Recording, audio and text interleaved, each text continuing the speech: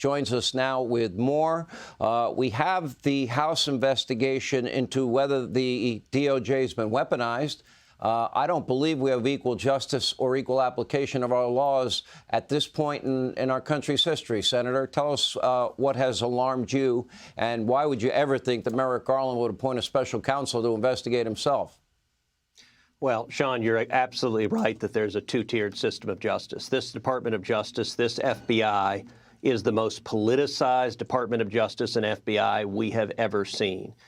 You mentioned the House. The House is doing a terrific job. I had lunch today with James Comer. He and Jim Jordan together are doing a fantastic job of trying to hold the Biden administration to account. The House is the only body of Congress doing its job because Senate Democrats don't want to know the truth. They're not interested.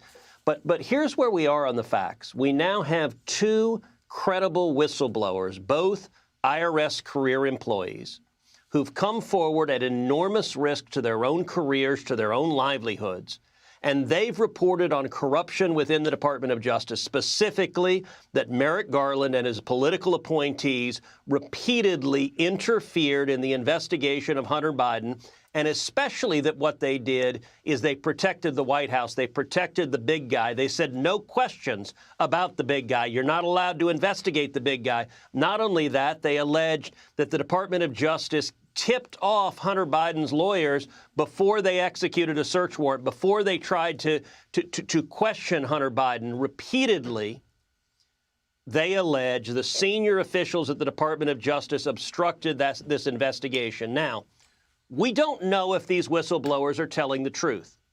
But if they are, if they're telling the truth, their testimony is flatly contradictory with what Merrick Garland has said under oath. I questioned Merrick Garland in front of the Senate Judiciary Committee, and he told the Judiciary Committee under oath that the U.S. attorney investigating Hunter Biden had complete authority to investigate and that there was zero political interference. His statement is directly contrary to what the whistleblower said. The House needs to have a hearing. They need to have both whistleblowers under oath. They need to have David Weiss, the U.S. attorney, under oath, and they need to have Merrick Garland, the attorney general, under oath. Somebody's lying, and if Garland's lying, he committed lying under oath to Congress, which is a felony, and he committed obstruction of justice, which is a felony. He obviously can't investigate himself.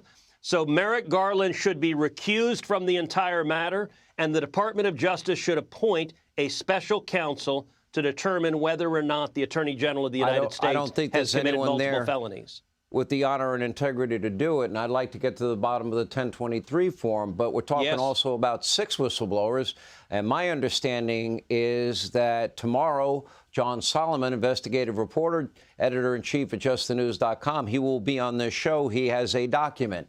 In that document, it'll show the recommendation to, in fact, indict Hunter Biden on tax charges, felony charges, dealing with the years that have now passed the statute of limitations. If that ends up being true, would that mean that Mr. Weiss didn't do his job?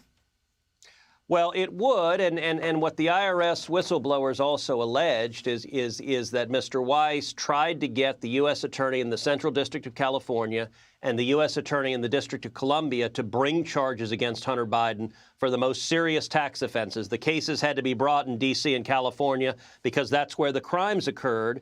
And what the IRS whistleblowers alleged is those U.S. attorneys refused to bring the case. And to be clear, one of those U.S. attorneys was a political donor to Joe Biden. Another of those U.S. attorneys was a political donor to Kamala Harris.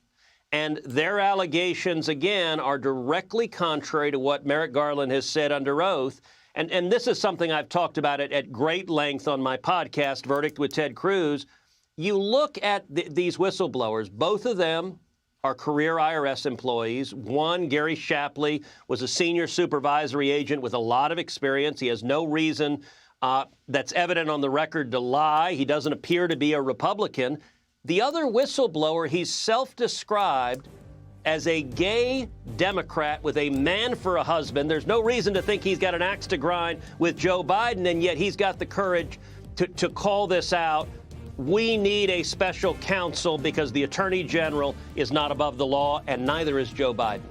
Senator, I hope you keep your foot on the gas. I agree completely. Thank you so much. We appreciate it. Coming up.